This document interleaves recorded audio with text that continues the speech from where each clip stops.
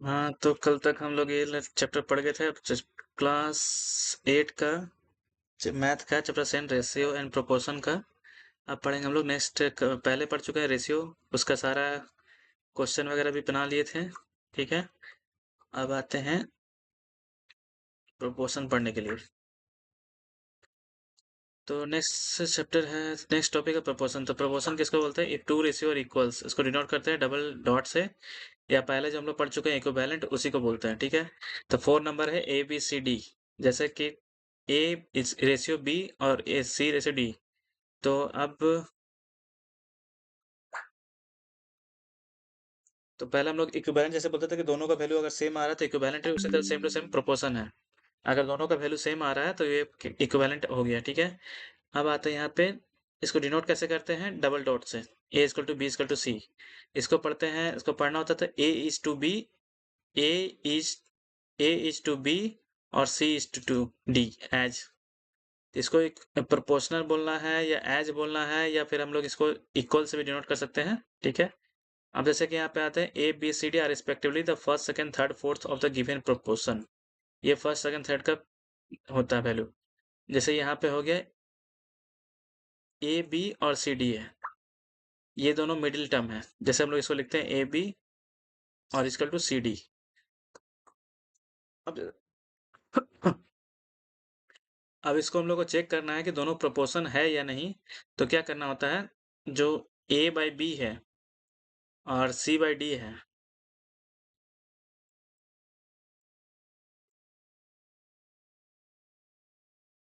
जैसे अगर मान के चलते हैं कि ये ए है, ये बी, ए बाई बी, और ये क्या है मेरा रेशियो सी बाई डी है।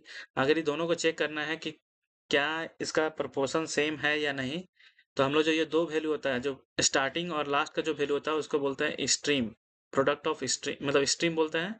और ये मिडिल वाला को बोलते हैं मीन्स या मिडिल टर्म।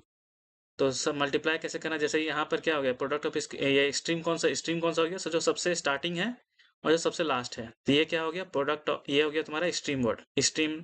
ठीक है, और ये दोनों मिडिल में है, जैसे ए बाई बी और सी बाई डी, तो ए पहले आता है, लास्ट में डी आता है। जैसे कि यहाँ पे है क्या, ए पहले है और डी लास्ट में, तो ये हो गया स्ट्रीम वर्ड, स्ट्रीम नंबर। और बी और सी क्या है? मिडिल में है। ठीक है, तो इसको मिडिल या मीन्स बोलते हैं। तो अगर किसी चीज़ का प्रोपोर्शन निकालना है कि दो रेशियो प्रोपोर्शन है या नहीं, तो उसका फॉर्मूला तुम्हारा क्या है? प्रोडक्ट ऑफ स्ट्रीम और प्रोडक्ट ऑफ मीन्स। तो प्रोडक्ट ऑफ इसके स्ट्रीम क्या है? जो दोनों लास्ट में है, तो ए और डी, तो ए और डी को मल्टीप्लाई कर दिए, और equal to product of means, means मतलब या मिडिल टर्म। तो ये क्या हो गया? B into C, A into D. या अगर हम क्रॉस मल्टीप्लिकेशन इसी को बोलते हैं, जैसे कि इसको इससे मल्टीप्लाई कर दिए और इसको इससे मल्टीप्लाई कर दिए, तो ए इंटू डी और बी इंटू सी। तो इसको प्रोपोर्शन चेक करने के लिए, जैसे यहाँ पे मेरा एग्जांपल दिया हुआ है 36 रेशियो 48 और 45 रेशियो 60। तो इसको चेक करना है, तो हमको क्या करना है, जो ये स्ट्रीम वर्ड है, स्ट्रीम में है, तो 36 इंटू 60 मतलब कि प्रोडक्ट ऑफ स्ट्रीम, और 48 इंटू 45 ये है। तो दोनों का वैल्यू 2160 है, 2160 है। तो अगर दोनों का वैल्यू 2160 आ रहा है, तो इसका मतलब क्या है कि दोनों प्रोपोर्शन में है, क्योंकि इक्वल टू वैल्यू आ गया। अब एग्जाम्पल समझते हैं कि कैसे निकालना है। अब जैसे एग्जाम्पल है, तो मेरा यहाँ पे है 742 1378। अब ये पूछ रहा है कि ये सारा प्रोपोर्शन में है नहीं, प्रोपोर्शन में है या नहीं। तो हम लोग क्या करेंगे, सबसे पहले जो स्टार्टिंग का दो वैल्यू है उसको एक मान लेंगे ए बी, और जो लास्ट है उसको सी डी मान लेंगे। तो इसको निकालने का फॉर्मूला वही है, या तो इन लोगों का रेशियो निकाल लो या तो मल्टीप्लिकेशन कर दो। तो जैसे पहले हम लोग इक्विवेलेंट में पढ़े थे, तो उसको क्या करना होगा, 7/42 लिख दिए। ठीक है, तो इसका वैल्यू आ गया 1/6, और लास्ट है 13/72 38, तो इसका आ गया 1/6। तो दोनों का वैल्यू क्या है? दोनों का जब हम इसको शॉर्टकट सिंप्लीमेस्ट फॉर्म में लिख रहे हैं, सिंपलेस्ट फॉर्म में, तो 1/6 आ रहा है। तो ये क्या हो गया, दोनों का वैल्यू सेम हो गया, तो ये दोनों इक्वल प्रोपोर्शन में है। और दूसरा जो अभी हम लोग यहाँ पे पढ़े थे प्रोडक्ट ऑफ स्ट्रीम, तो उसको कैसे करना है? तो प्रोडक्ट ऑफ स्ट्रीम मतलब जो स्ट्रीम है 7 और 78, उसको मल्टीप्लाई करना है, 546 आ गया। अब प्रोडक्ट ऑफ मीन्स जो मिडिल टर्म है, तो इसको मल्टीप्लाई कर 56 आ गया। तो प्रोडक्ट ऑफ स्ट्रीम और प्रोडक्ट ऑफ मीन्स दोनों का वैल्यू इक्वल है, तो ये क्या हो गया, प्रोपोर्शन में है। तो टू वे है। ठीक है, दो तरीके से है। एक जो पहले हम लोग रेशियो में पढ़े थे इक्विवेलेंट चेक करने के लिए, और अब यहाँ पे प्रोपोर्शंस का जो मेथड अभी हम लोग ऊपर में सीखे हैं, तो दोनों से है। अब जिससे निकालने बोलेगा वो निकाल लेंगे। अब मोस्टली हम लोग को क्या फाइंड करना है, इसी तरह फाइंड करना है जैसे ये फाइंड कर रहे हैं, क्या बोलते हैं, ये प्रोडक्ट ऑफ मीन्स और प्रोडक्ट ऑफ स्ट्रीम्स का ये करके, क्योंकि रेशियो में बहुत बार होता है कि तो मतलब बहुत बार हार्ड हो जाता है या कुछ हो जाता है, ठीक है, उसको मल्टीप्लाई करना, ऐसे मल्टीप्लाई करने में ईजी होता है। और एग्जाम बुक में भी बोल रहा है तो हमको एग्जाम में ऐसा ही करना है, प्रोडक्ट ऑफ स्ट्रीम और प्रोडक्ट्स ऑफ मीन्स। अब जैसे कि यहाँ पे वैल्यू प्रोपोर्शन में दिया हुआ है, पहला क्या है 27 रेशियो एक्स, और दूसरा में प्रोपोर्शन के साथ दिया हुआ 6384। अब इसमें बोल रहा है कि इसमें एक्स दिया हुआ है, इसका वैल्यू निकालना है, तो हमको पता है कि अगर ये दोनों प्रोपोर्शन में है तो दोनों का जो वैल्यू होगा सेम होगा, क्योंकि प्रोपोर्शन में है। तो हम क्या करते हैं, स्ट्रीम को मल्टीप्लाई करते हैं, जैसे कि तुम्हारा 27 इंटू 84, 27 इंटू 4 कर दिए, और मीन्स को करते हैं तो x इंटू 63 इधर हो गया, क्योंकि हमको पता है कि दोनों का वैल्यू इक्वल है, पर अगर प्रोपोर्शन में है तो वो पक्का इक्वल ही होगा। अगर प्रोपोर्शन में नहीं है तो हम यहाँ लिख भी नहीं पाते हम लोग कि प्रोपोर्शन में है। तो इसका यही मतलब होता है, प्रोपोर्शन करने का मतलब है कि दोनों का वैल्यू हमेशा इक्वल होगा। तो ये मान के चलना है कि अगर कोई चीज़ भी, कोई रेशियो अगर प्रोपोर्शन में है तो हमेशा इक्वल रहेगा। अगर इक्वल है तो सीधे सीधे मल्टीप्लाई करना है, प्रोडक्ट ऑफ मीन्स और प्रोडक्ट ऑफ स्ट्रीम। तो एक्स इंटू 63, इसको मल्टीप्लाई किया तो 36 आ गया। अब जैसे कि यहाँ लिखा हुआ है, let the first and second and fourth terms of proportion are इतना। फर्स्ट, सेकेंड, फोर्थ, हमको पता है कि फर्स्ट इसको बोलते हैं, सेकेंड इसको बोलते हैं, फिर प्रोपोर्शन, थर्ड इसको बोलते हैं, फोर्थ इसको बोलते हैं हमेशा। तो फर्स्ट का वैल्यू दिया हुआ है, सेकेंड का वैल्यू दिया हुआ है, फोर्थ का दिया हुआ है, इसका नहीं दिया होता, इसको हम लोग एक्स मान लेते हैं। तो ये वैल्यू तुम्हारा हो गया 10, ये हो गया 7, और ये हो गया 210। फाइंड द थर्ड टर्म, ये थर्ड टर्म है, तो सेम टू सेम वही करना है, प्रोडक्ट ऑफ स्ट्रीम, इसको इसको मल्टीप्लाई करना है। फर्स्ट क्या 10 और लास्ट क्या 210।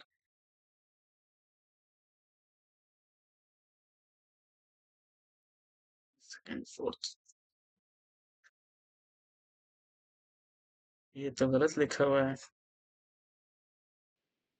ठीक है, तो फर्स्ट सेकंड थर्ड वैल्यू दिया हुआ है, तो यहाँ पे फर्स्ट का वैल्यू है 10, सेकंड का वैल्यू है 7, और थर्ड का वैल्यू मेरा x दिया हुआ है, और फोर्थ का वैल्यू 210 है। तो इसको रेशियो में लिखेंगे तो क्या आएगा, 10/7, और x रेशियो 210। तो मल्टीप्लाई कैसे होगा, जो प्रोडक्ट ऑफ स्ट्रीम है, तो प्रोडक्ट ऑफ स्ट्रीम क्या है 10 और 210, तो 10 और 200 मल्टीप्लाई हो गया, और इस एक साइड क्या हो जाएगा, x x इंटू 7, तो 7 को यहाँ न्यूमरेटर मिलता है, तो इसका करके ये थर्ड टर्म निकल गया। अब कंटिन्यूटी, अब ये यहाँ पर हो गया। अब आते हैं कंटिन्यूड प्रोपोर्शन। अब आते हैं कंटिन्यूड प्रोपोर्शन में, जो एक के साथ ऐसा चलते आ रहा है, जैसे कि तुम्हारा एक वैल्यू ऊपर ऊपर नीचे ऐसा करके। The three quantities are said to be continue properties if, अगर थ्री क्वांटिटी को हम कंटिन्यू प्रॉपर्टी तभी बोलेंगे जैसे कि तुम्हारा ए बी और बी सी है।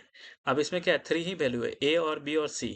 तो इसको वैल्यू चेक करने के लिए कैसे निकालना है, तो अगर दोनों को मल्टीप्लाई करके दोनों का वैल्यू अगर सेम आ रहा है, मतलब बी स्क्वायर इक्वल टू ए सी आ रहा है, तो वही हो गया।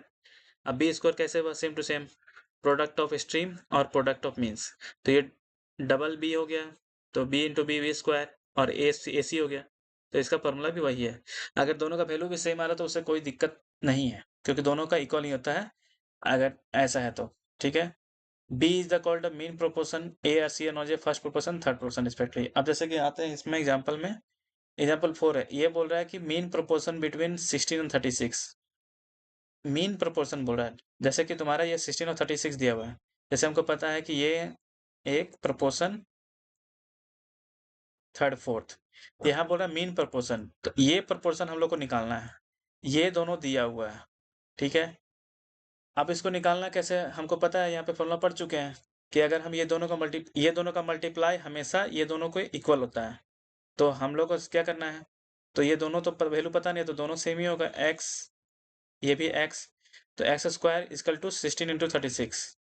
उसी तरह लिख दिया, जैसे कि तुम्हारे यहाँ फर्स्ट है, first term, second term, third term, fourth term, तो 16 रेशियो एक्स और एक्स रेशियो, तो ये क्या हो गया तुम्हारा, X into X 16 into 36, X square equal to इतना हो गया।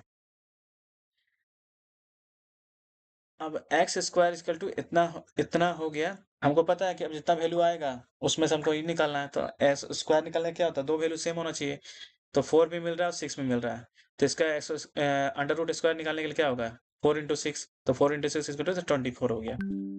यही हुआ तुम्हारा कंटिन्यूस प्रोपोर्शन। कंटिन्यूस प्रोपोर्शन में क्या होता है, मीन्स जो प्रोपोर्शन होता है वो दोनों सेम होता है। अब जैसे कि यहाँ पे आते हैं second example, fifth example, if P Q R in proportion find Q. अब बोल रहा पी क्यू जो है प्रोपोर्शन में है और हमको निकालना है, अच्छा okay, P Q R in proportion है, पी क्यू आर जो ये तीनों है तीनों प्रोपोर्शन में है, फाइंड क्यू निकालना है, क्यू का वैल्यू निकालना है। If P is 121 R is 100, जब बोल रहा है कि तीनों प्रोपोर्शन में है, पी क्यू आर तीनों प्रोपोर्शन में है, पी का वैल्यू दिया हुआ है, आर का वैल्यू दिया हुआ है, मगर क्यू का नहीं दिया हुआ है। तो हम अभी पढ़ चुके हैं कंटिन्यूस प्रोपोर्शन। अगर पी क्यू आर है तो सेम टू सेम ऐसे लिखना है, पी क्यू और क्यू आर, क्योंकि क्यू क्या है, सेम है, मल्टीप्लाई है, अगर कि एक क्यू इसका निकल जाए तो क्यू भी निकल जाएगा। तो पी क्यू में 121, क्यू में 100, सेम क्यू स्क्वायर 110, सारा क्वालिफिकेशन क्या बोलते हैं, मल्टीप्लिकेशन करके। तो इसमें भी क्या, क्यू ये बोल रहा है कि पी क्यू आर मल्टीप्लिकेशन है, तो समझ लो जैसे कि मान लो हम 1:2:1 करते हैं, तो इसका भी वैल्यू सेम टू सेम वही आएगा, 1/2। इसको हम ऐसे लिख सकते हैं,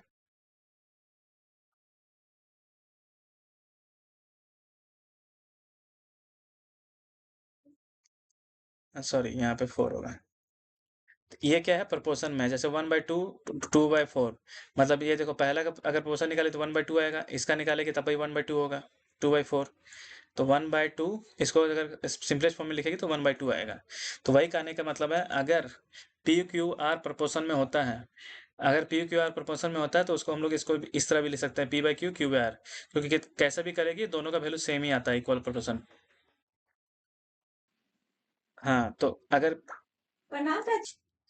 तो पी क्यू आर को हम लोग P/Q और Q/R लिख सकते हैं। क्यों लिख सकते हैं कि अगर मान लो ये प्रोपोर्शन में है 1:4, तो हम लोग इसको लिख सकते हैं 1/2 और 2/4 लिख सकते हैं। क्यों, क्योंकि दोनों का वैल्यू लास्ट में 1/2 इक्विवेलेंट ही आता है, इसीलिए।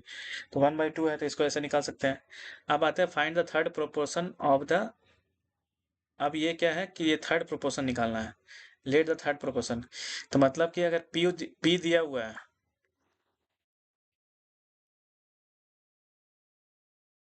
जैसे कि मतलब वैल्यू दिया हुआ है मेरा PQR, ठीक है। तो यहाँ पे P का वैल्यू दिया हुआ है 4 1/6 और Q का वैल्यू दिया हुआ है, तो 4/6 कितना हो गया, 255/6। और R का वैल्यू निकालना है, P और Q का वैल्यू दिया हुआ है, तो हमको पता है कि हम इसको PQR को कैसे लिख सकते हैं, P/Q और Q/R। तो P का वैल्यू कितना है, 25/6 और Q कितना है तुम्हारा 5, 5 लिख दिए। और Q/R के लिए फिर से Q का वैल्यू 5 है, R लिख दिए, तो P/6 आ गया, तो सेम टू सेम निकाल जाएगा। तो इसका मतलब अगर कोई प्रपोर्शन थ्री प्रपोर्शन भी दिया हुआ है, कोई भी वैल्यू निकालने बोले, P निकालने बोले, Q निकालने बोले, R निकालने बोले, तो वैसे भी निकाल सकते हैं। अगर PQR इस प्रपोर्शन में है तो P/Q R/S वो भी निकाल सकते हैं। तो ये तुम्हारा यूज हुआ कि कैसे इस प्रपोर्शन का वैल्यू निकालना है। 1 दिया हुआ है, अगर 3 टर्म्स भी दिया हुआ है तब भी समझना है कि Q हमेशा सेम रहेगा, अगर 4 टर्म्स दिया हुआ है तो इक्वल रहेगा, और प्रोपोर्शन हमेशा इक्वल रहता है तो हमेशा P/Q Q/R होगा।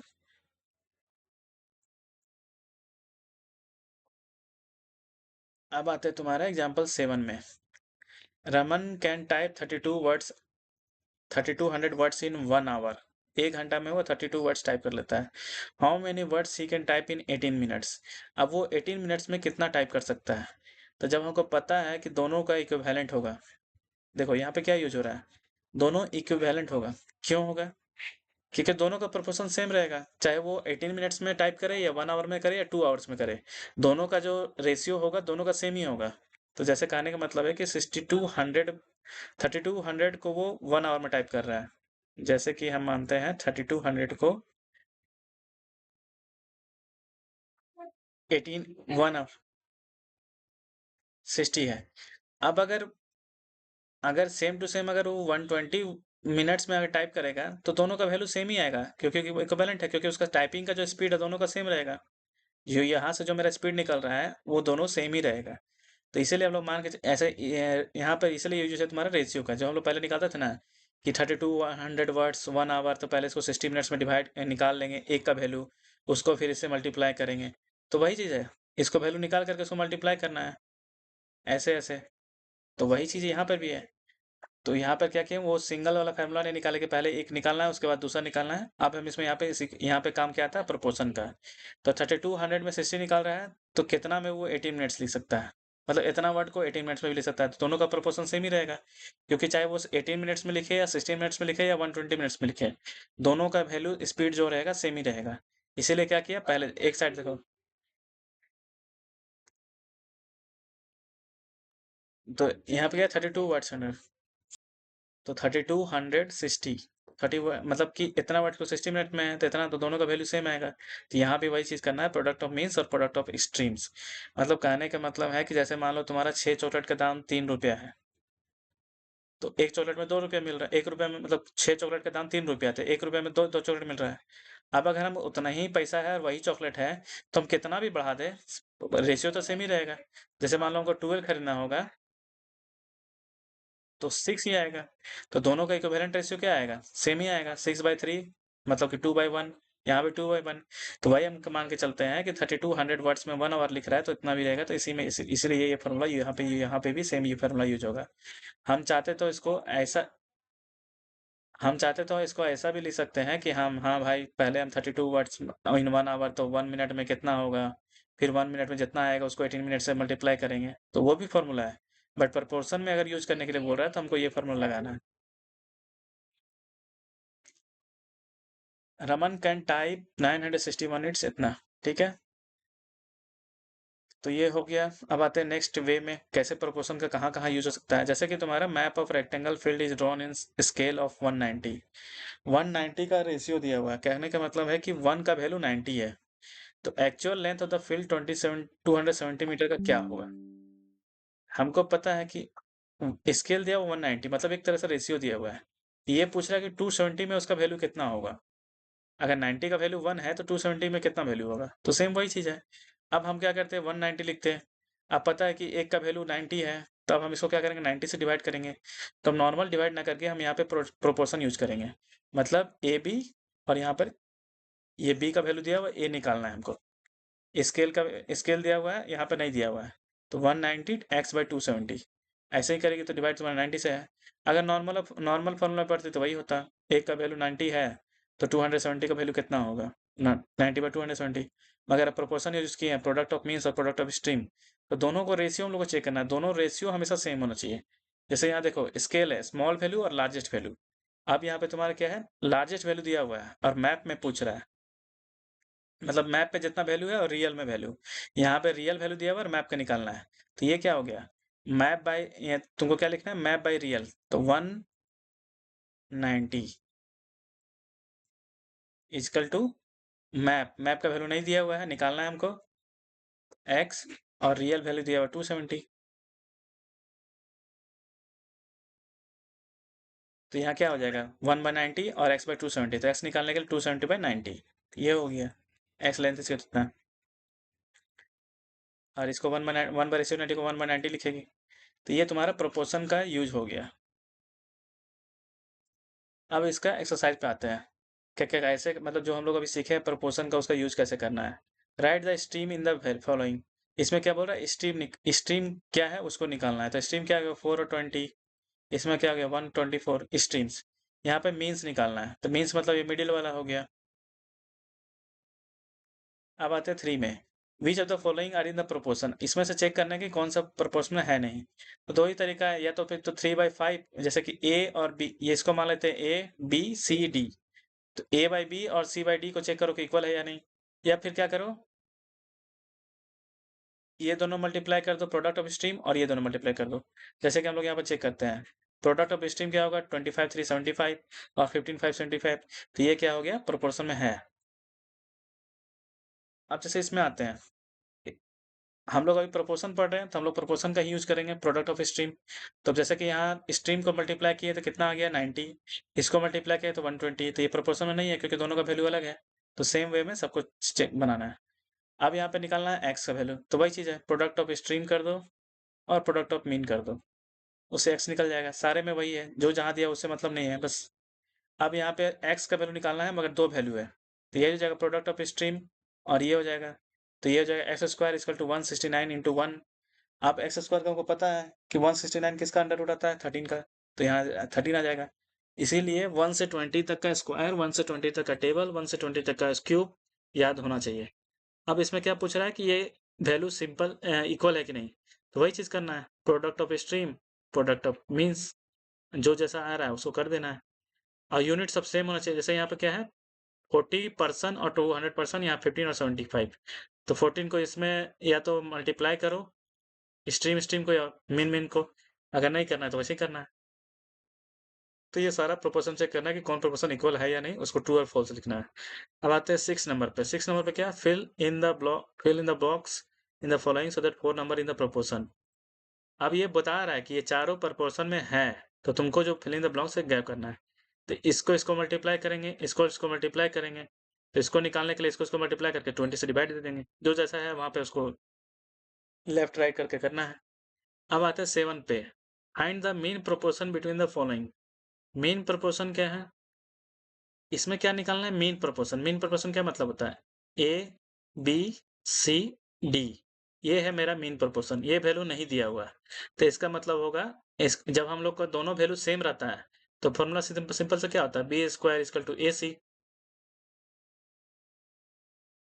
तो तुम्हारा स्ट्रीम दिया हुआ है, स्ट्रीम क्या होता है, ए सी।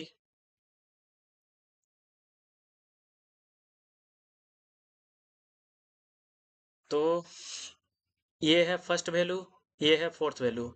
मीन प्रोपोर्शन निकालना है, तो मीन प्रोपोर्शन क्या हो गया, एक्स स्क्वायर इंटू 32 इंटू 50, बस उसका अंडर निकालना है। अब इसमें क्या निकालना है, फोर्थ प्रोपोर्शन, मतलब ए बी सी दिया हुआ है, ये फोर्थ निकालना है। तो ये दोनों मल्टीप्लाई हो जाएगा, ये दोनों मल्टीप्लाई हो जाएगा, सब उसी तरह है। इसमें क्या निकालना है, थर्ड प्रोपोर्शन। थर्ड प्रोपोर्शन मतलब पी दिया हुआ है, क्यू दिया हुआ है, आर दिया हुआ है, तो आर निकालना। तो आर का वैल्यू कैसे क्या होगा, P by Q, Q by R, क्योंकि क्यू ये क्यू है तो क्यू दोनों का सेम रहेगा, तो वैसे निकालना है। अब यहाँ पे आता है so that 3 6 8 are continued proportion. ये क्या बोल रहा है कि ये दोनों कंटिन्यूड प्रोपोर्शन है या नहीं, तो उसका निकालने का फॉर्मूला वही है, पी बाई क्यू और क्यू बाई आर, मतलब कि 3.6 बाई 1.8 इजिकल टू 1.8 बाई 0.9। अगर दोनों का वैल्यू सेम है तो कंटिन्यूड प्रोपोर्शन है, अगर नहीं है तो नहीं है। अब आते हैं इसमें, it takes 90 minute to wash 20 vehicles. बोल रहा है कि 90 मिनट्स में 20 व्हीकल्स वॉश करता है, मतलब ऊपर में मिनट्स है नीचे में व्हीकल्स है, ठीक है। अब पूछ रहा how many minutes will take in wash 5 vehicles. तो यहाँ पे क्या दिया हुआ, मिनट्स बाय व्हीकल्स। यहाँ पे क्या दिया हुआ है, मिनट्स, मिनट्स नहीं दिया हुआ, व्हीकल्स निकालना है, बस सिंपल हो गया।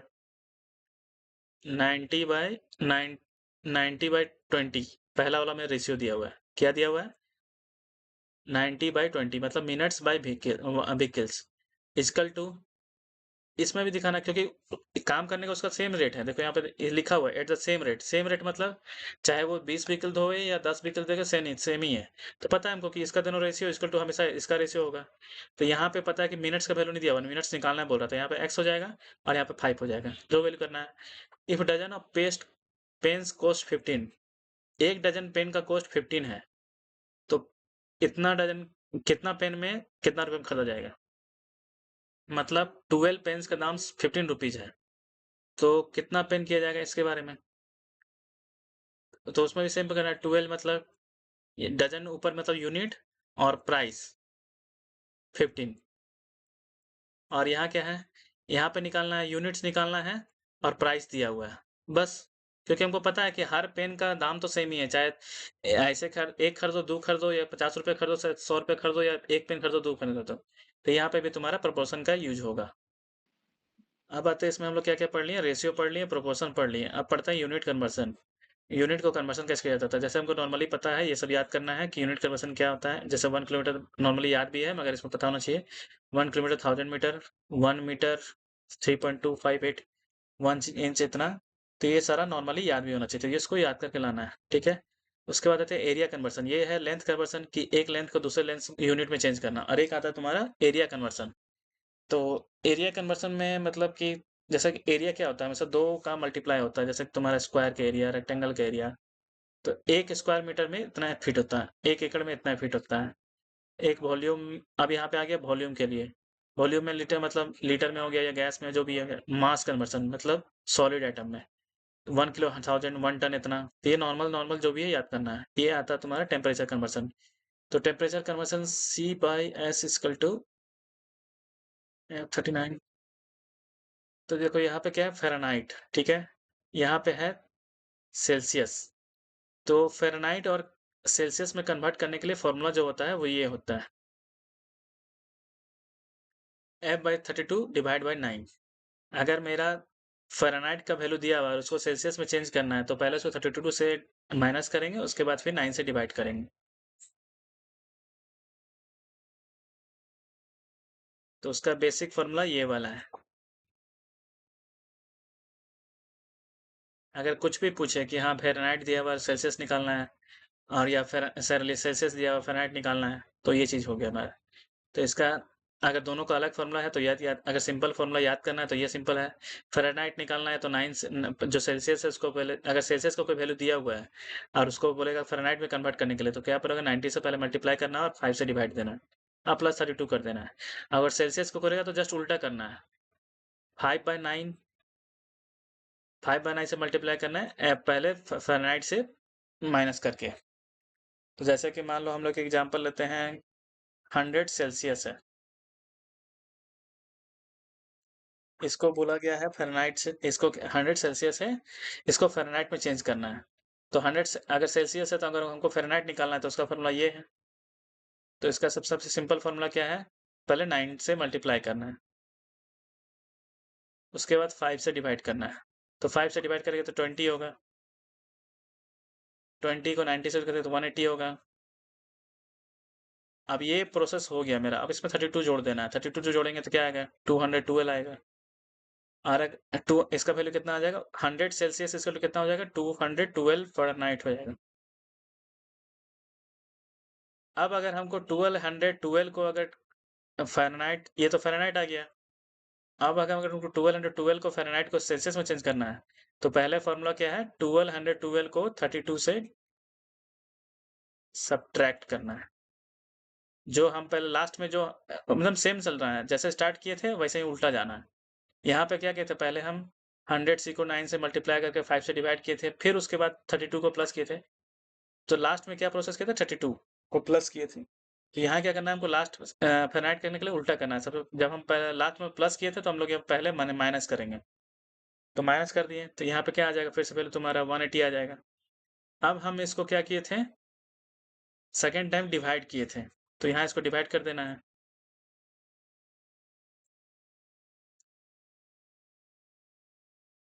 डिवाइड नहीं मतलब 5 से हम डिवाइड किए, तो यहाँ पे अब क्या करेंगे, 5 से मल्टीप्लाई करेंगे, उल्टा करना है। और 9 से मल्टीप्लाई किए थे तो 9 से डिवाइड कर देना है। तो यहाँ 920 हो जाएगा, 2500 हो जाएगा। तो सीधा सीधे सिंपल इसका यही है, फ़ारेनहाइट सेल्सियस, फ़ारेनहाइट से सेल्सियस जाने में, और सेल्सियस से फ़ारेनहाइट जाने में, सेल्सियस से फ़ारेनहाइट जाने में क्या करना है, 9/5 से मल्टीप्लाई करना है और 32 जोड़ देना है। ऊपर में क्या करना है, पहले हम 9/5 से मल्टीप्लाई किए थे और बाद में 32 से जोड़े थे, उल्टा ऊपर में करना है, 32 से माइनस करना है, और यहाँ 9/5 से मल्टीप्लाई किए थे, यहाँ पे 5/9 से मल्टीप्लाई करना है, सेम चीज़ है। ये पता होना चाहिए। अब ऐसा वही से क्वेश्चन आता है तुम्हारा, morning temperature of Mumbai is 20 degree Celsius, इसको बोल रहा फ़ारेनहाइट में करो, तो यहाँ क्या है, 20 डिग्री सेल्सियस। तो इसका हम लोग सेल्सियस से फ़ारेनहाइट जाने के लिए क्या फॉर्मूला पढ़े थे, सेल्सियस से फ़ारेनहाइट को पहले हम 9/5 से मल्टीप्लाई करेंगे, ठीक है, उसके बाद हम उसमें 32 को जोड़ देंगे।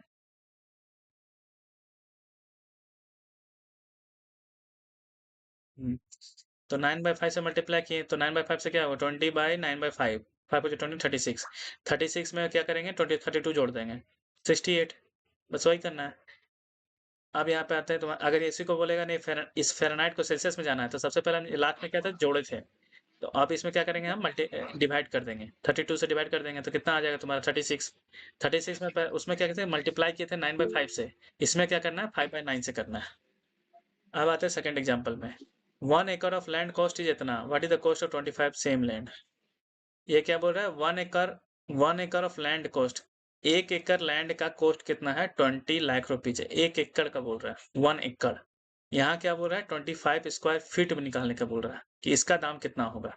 तो पहले हमको पता होना चाहिए कि 1 एकड़ में कितना होता है। तो 1 एकड़ में हम लोग क्या होता है, इतना स्क्वायर फीट होता है। तो तो पहले ये इतना स्क्वायर फीट का दाम कितना है, इतना रुपया है। तो इसको पहले देखो यहाँ पे लिख दिए 1 एकड़ इक्वल टू इतना हो गया, कॉस्ट ऑफ 1 एकड़ मतलब इतना स्क्वायर फीट का दाम इतना है। एक स्क्वायर फीट का दाम कितना होगा, तो इसको इसको यहाँ डिवाइड कर देंगे। अब कॉस्ट ऑफ 2500 स्क्वायर फीट का कितना होगा, इतना होगा। अगर हमको इसको प्रपोर्शन से यूज करना है तो सिंपल ऐसे ही करना है, ऊपर में लिखना है प्राइस, नीचे लिखना है स्क्वायर फीट। तो प्राइस हो गया 20 लाख, जो भी है 20, हाँ 20 लाख है, नीचे कितना है, इतना स्क्वायर फीट। अब हमको प्रपोर्शन करके हमको लिखना है कि कितना का निकालना है। तो यहाँ स्क्वायर फीट लिखे तो यहाँ भी हम कितना लिखेंगे, 2500 स्क्वायर फीट, और इसका हमको प्राइस निकालना है। बस ये भी तुम्हारा प्रपोर्शन से हो गया। ये हो गया प्रपोर्शन से, और ये हो गया सिंगुलरिटी से कि पहले सिंगल निकालो। तो हम लोग यहाँ पे प्रपोर्शन पढ़े हैं तो प्रपोर्शन का यूज करेंगे। 25 लाख बाय 4330 और x बाय 2500। x क्या है तुम्हारा कॉस्ट, वो निकालना है, ये तुम्हारा मल्टीप्लाई हो जाएगा, इतना इंटू इतना, ये हो गया। अब आते हैं यहाँ पे फ़ारेनहाइट एग्जिट 77 डिग्री। अब ये बोल रहा है कि सेल्सियस में इतना है, फ़ारेनहाइट निकालना है, वही फॉर्मूला वहाँ भी निकालना है। तो ये तुम्हारा एग्जाम एक्सरसाइज है, ये कल करके लाना है। जैसे कि तुम्हारा हम हिंट दे देते हैं, मॉर्निंग टेम्परेचर जितना है वही चीज़ है, 12 डिग्री सेल्सियस है, इसको फ़ारेनहाइट में चेंज करना है। तो सेल्सियस का हमको पता है, सेल्सियस में क्या करते हैं, अगर सेल्सियस से फ़ारेनहाइट में चेंज करना है तो क्या करते हैं, पहले 9/5 से मल्टीप्लाई करते हैं, फिर 32 को जोड़ देते हैं। अब रोहन का 3 हेक्टेयर का लैंड है। Another farmer Raju has 15 acres. दूसरा का क्या है, 15 एकर्स है। Who has more land and by how much. किसके पास कितना लैंड ज्यादा है, इसके पास है 3 हेक्टेयर, इसके पास है 15 हेक्टेयर। तो हमको निकालना है हेक्टेयर और इसका कितना होता है। तो देखो यहाँ पे पता है 1 हेक्टेयर का वैल्यू होता है इतना, तो इसके पास 3 हेक्टेयर है, ठीक है। तो 3 हेक्टेयर मतलब ये जो वैल्यू है तुम्हारा 2, इसमें 3 मल्टीप्लाई कर देंगे। अब आते हैं दूसरे साइड में, दूसरे साइड के पास क्या है, 15 एकड़ है।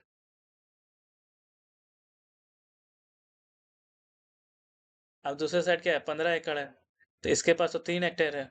तो जिसके पास हेक्टेयर है वही ज़्यादा होगा।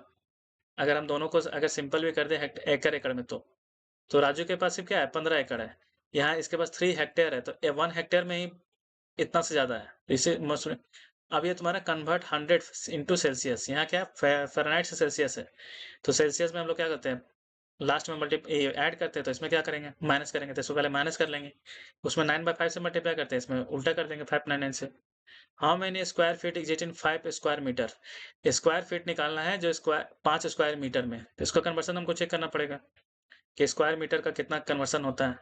तो देखो यहाँ पे दिया हुआ है 1 स्क्वायर मीटर होता है इतना स्क्वायर फीट के बराबर, 10.764 स्क्वायर के बराबर होता है। और यहाँ पे मैं कितना दिया हुआ है, 5 स्क्वायर मीटर। तो 1 स्क्वायर मीटर में इतना होता है, तो 5 स्क्वायर में इतना होगा। अब चाहे तुम सिंपल में निकालो या फिर वही प्रोपोर्शन में निकालो, दोनों सेम ही है। How many centimetre is in 5 feet, same उसको देख के बनाना है। हम्म तो इसी के साथ मेरा क्या हुआ, 7 का चैप्टर 7 का पढ़ लिया हम लोग। क्या क्या पढ़े, रेशियो पढ़े, इक्विवेलेंट पढ़े, रेशियो में इक्विवेलेंट पढ़े, प्रपोर्शन पढ़े और कन्वर्सन पढ़े। रेशियो मतलब वो तुम्हारा सिंपल 1 टर्म वाला। इक्विवेलेंट मतलब दो रेशियो का वैल्यू सेम होना चाहिए, तो वो इक्विवेलेंट हो गया। प्रोपोर्शन मतलब हमेशा दोनों दोनों रेशियो का वैल्यू हमेशा सेम रहेगा। और हमेशा इसको प्रोडक्ट क्या करते हैं, मल्टीप्लाई करते हैं, प्रोडक्ट ऑफ स्ट्रीम और प्रोडक्ट ऑफ मीन्स। अगर पी क्यू अगर प्रोपोर्शन में है, मतलब इक्विवेलेंट है, तो क्या इसको इसको ऐसे भी लिख सकते हैं, पी बाई क्यू और क्यू बाई आर। अगर दोनों वैल्यूज इसका है और लास्ट में कन्वर्सन है, तो कन्वर्सन का ये फॉर्मूला हमेशा याद होना चाहिए, तभी इजिली बनेगा एग्जाम में भी। अगर इसको पूछ दिया तो नहीं बन पाएगा, तो इसलिए इसको भी याद करना जरूरी है। बाकी सारा कुछ हो गया।